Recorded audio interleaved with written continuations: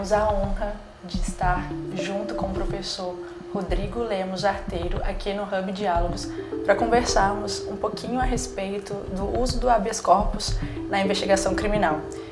O professor Rodrigo, ele é criminalista há mais de 20 anos, então eu acho que tem aí muita musculatura para a gente poder conversar. Professor, de início, eu queria saber em que situações o habeas corpus se revela um instrumento legítimo e eficaz para tutelar direitos fundamentais ainda na fase da investigação criminal, especialmente diante de medidas cautelares extremas, como busca e apreensão, quebra de sigilos, entre outros.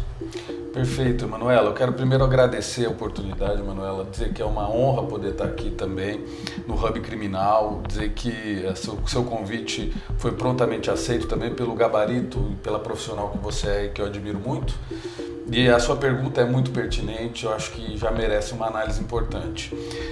O que a gente precisa analisar e verificar é que durante a investigação criminal nós temos a prática de vários atos que implicam restrições de direitos fundamentais, porque o ato de investigar, na sua gênese, na sua essência, pressupõe uma invasão numa esfera de liberdade individual, né? Na essência, isso acontece naturalmente. É claro que, na maioria das vezes, o Estado age dentro da legalidade, ele tem parâmetros de legalidade para restringir direitos fundamentais e encontrar informações fazendo isso.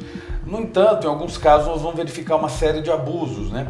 E a gente verifica, dentro do nosso ordenamento jurídico, a partir de 1941, que foi criado o atual Código de Processo Penal, que a fase investigatória ela é muito pobre no que diz respeito à regulamentação de procedimentos.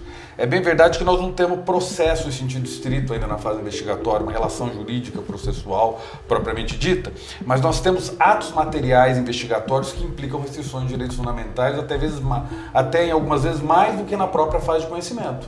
Daí a necessidade do HC para suprir essa insuficiência procedimental e essa falta de previsão recursal para essa etapa persecutória. E é interessante dizer também o seguinte, que nós perdemos uma grande oportunidade de trazer mecanismos de revisibilidade recursal para o Código de Processo Penal quando foi feita a reforma da lei anticrime.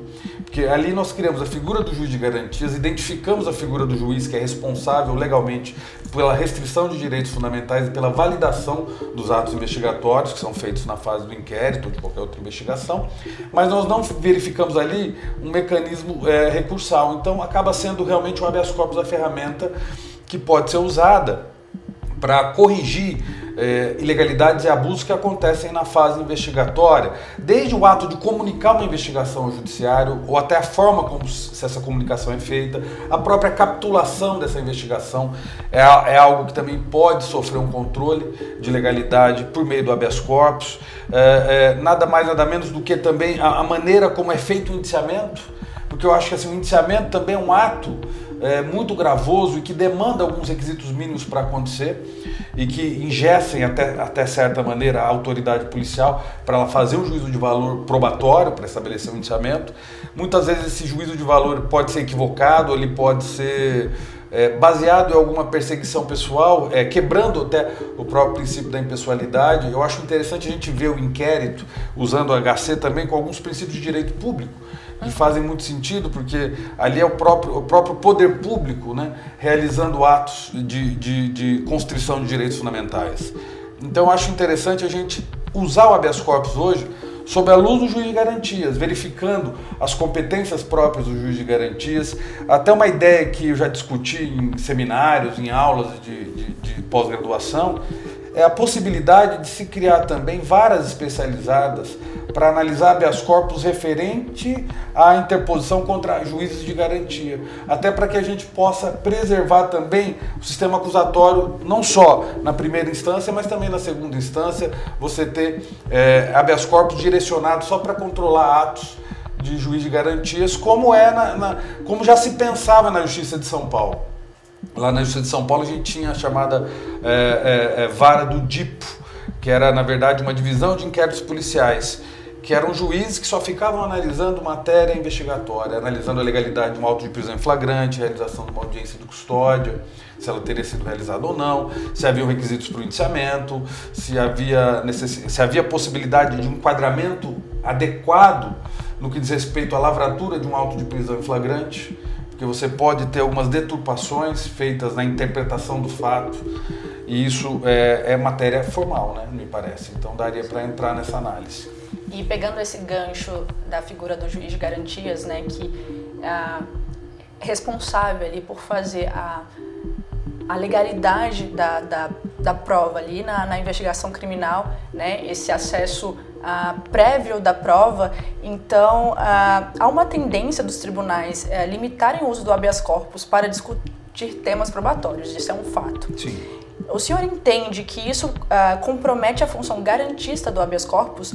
Então, como é que a gente poderia fazer para equilibrar essa crítica com a jurisprudência atual do STJ e do STF? Sim, essa é uma questão jurisprudencial clássica, tradicional, de limitação do uso do HC, dizendo que o habeas corpus não tem instrução probatória e dependeria de prova pré-constituída, como é no mandado de segurança, e que não teria como debater e analisar a legalidade de matéria probatória propriamente dita, né?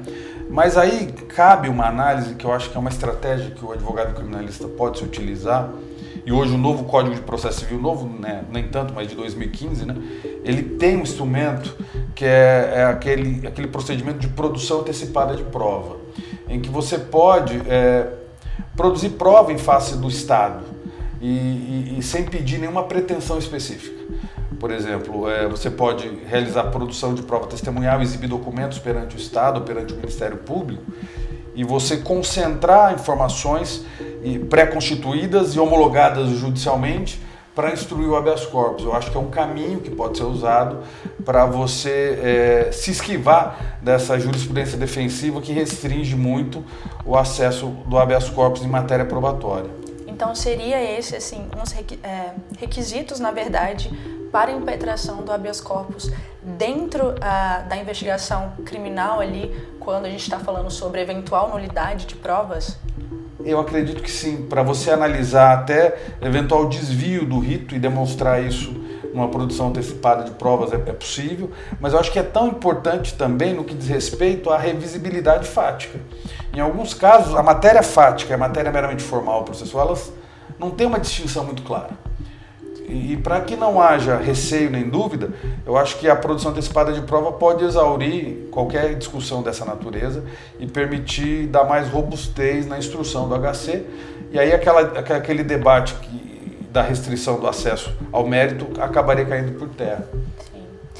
E devido à nossa esqualidez do nosso Código de Processo Penal, recentemente tivemos, né, atingimos o número de 1 milhão de habeas corpus impetrados no STJ, e o ministro Ribeiro Dantas ele fez uma crítica, né? Ele chamou a atenção para o uso excessivo desse instrumento, desse remédio constitucional, apontando que isso reflete falhas no sistema recursal. O senhor acredita que o habeas corpus está sendo usado como substitutivo de recursos que seriam, na prática, ineficazes, e que quais seriam as formas ou reformas necessárias para que o HC voltasse a ser usado de forma realmente excepcional? Sim, ótima pergunta. Eu acredito que existe essa deficiência estrutural mesmo. Nós temos um Código de Processo Penal de 1940, da década de 40, de 41, e que, se você parar para analisar, ele não tem nem uma disciplina específica de como a prova pericial é feita na fase investigatória. Nós temos agora a cadeia de custódia, que foi disciplinada, mas você não tem um rito de produção de prova pericial no inquérito, com a possibilidade de participação efetiva do investigado. Você não tem nenhum recurso previsto administrativamente no Código que você possa rever atos do delegado de polícia dentro da própria estrutura judiciária, da própria polícia judiciária, para fazer um controle de legalidade interna corporis dentro da polícia judiciária. Nós não temos essa previsão. O que se usa, na maioria das vezes, são recursos como supedâneos substitutivos que estão ali jogados no ordenamento, recursos inominados, enfim. Mas você não tem um rito administrativo que permitiria uma reanálise da atividade investigatória dentro da própria polícia ou dentro do próprio MP, quando o MP investiga. Eu acredito que, se isso existisse, diminuiria a quantidade de habeas corpus, porque as instituições persecutórias que permeiam o sistema persecutório poderiam fazer o controle de legalidade interna corporis por elas mesmas, diminuindo a judicialização.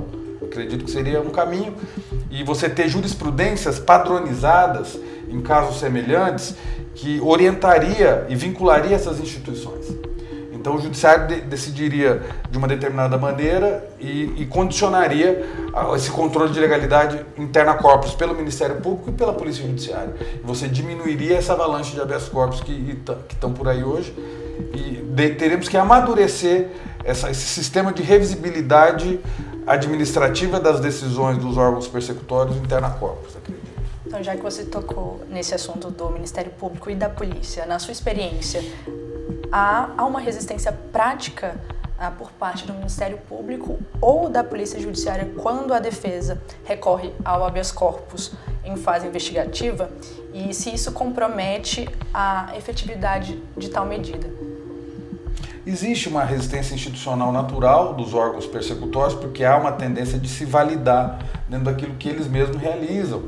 E claro que há uma luta natural, uma pretensão natural, um conflito de interesses natural entre a intenção da defesa de questionar a legalidade e das instituições de tentarem validar a legalidade de seus atos.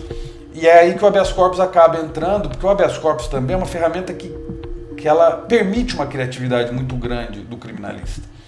Porque você pode usar em contextos, às vezes, inovadores e muito pouco previstos em jurisprudências.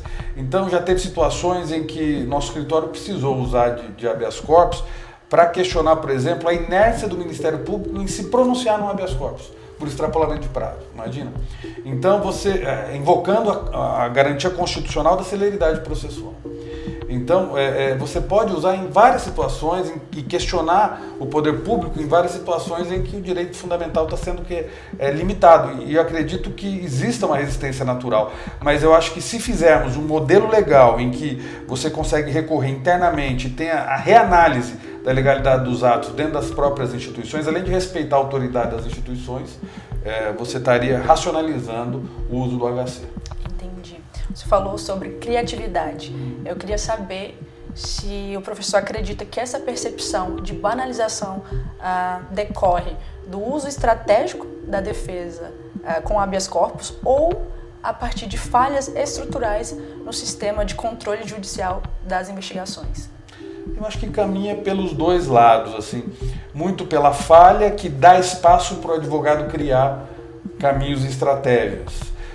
Então, o advogado ele tem um caso na mão, ele tem que pensar, a solução está na mesa dele ali, e muitas das vezes ele vai tentar encontrar caminhos no sistema recursal, ele não vai encontrar. O nosso sistema recursal ele é muito limitado, inclusive na fase judicial, porque você não tem mecanismos como o agravo de instrumento e acaba tendo que se utilizar da apelação do 5932 como subterfúgio para revisitar decisões interlocutórias na esfera criminal.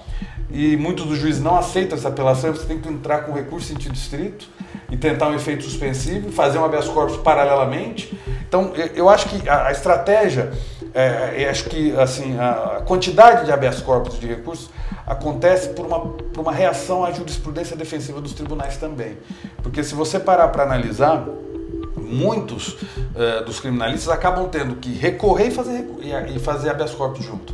Se você não recorre por qualquer mecanismo, quando você faz o habeas corpus, pode ter uma tese dizendo assim, olha, mas ninguém fez nada naquele momento, a matéria está preclusa. Então acaba impondo ao advogado caminhar com 2, 3 linhas de defesa para revisitar aqueles atos. Então muitas vezes você tem que usar todo o sistema recursal que está à sua disposição e ainda assim fazer um habeas corpus. Para que se disser, olha, não cabe o recurso, fiz o HC. Ou então, se a jurisprudência disser assim, e a gente sabe que ela vacila de tribunal para tribunal, dizendo assim, olha, não, esse recurso não é cabível, pelo menos o habeas corpus está feito.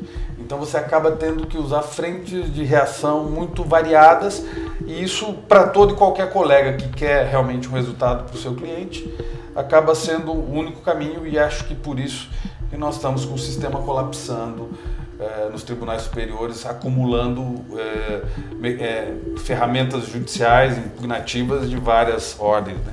Sim, e dentro dessa a jurisprudência defensiva dos tribunais superiores, o senhor visualiza alguma proposta legislativa ou movimento institucional de que, de fato, esteja realmente preparado para enfrentar essa crise recursal que o STJ vem apontando? Eu não vejo assim um avanço científico do direito. O que a gente vê são ferramentas que o judiciário está se utilizando, como usar de alguns mecanismos de algoritmo, inteligência artificial, para direcionar esses julgamentos, para ajudar nesses julgamentos, mas que não resolve o problema do ponto de vista estrutural, como você bem colocou, um problema estrutural, um problema de remodelagem científica do direito processual penal. Eu acredito que merece um aperfeiçoamento.